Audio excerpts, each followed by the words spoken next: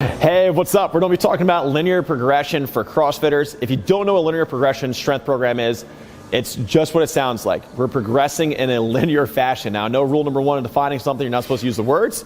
So to give you an idea, let's say you do 3x5 reps of back squats, use 100 pounds for all 3 sets.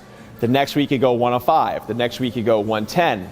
The next week you go 115. That felt really hard. The next week you do a back off set. And then you build up again. You keep going like that until you hit failure. Ideally, you don't hit failure, just constantly have a back off week, and then you rebuild again.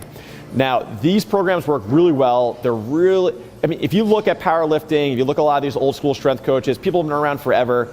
Nothing against the conjugate method, nothing against these more complicated methods, but linear progression works really well for newbie athletes all the way up into intermediate, and then you can start playing around with different things. Now, the problem with linear strength progressions is that most people, especially in the world of CrossFit, get bored by them. And a bored athlete usually is not going to complete the program the way it's supposed to be done.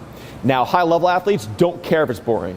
People have goals that are in front of them. They don't care. They have no problem doing boring stuff. That's why people are able to eat grilled chicken, rice, and broccoli in order to achieve a goal.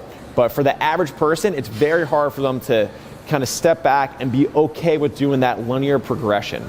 Now, that being said, whose fault is that? It's either A, the fault of the client, the athlete, for not putting effort into their goals in a way that they might not like. If they're paying for the coach, they should get it. But it's really at the fault of the trainers for not explaining long-term the benefits of linear progression and creating opportunities to show bright spots in it.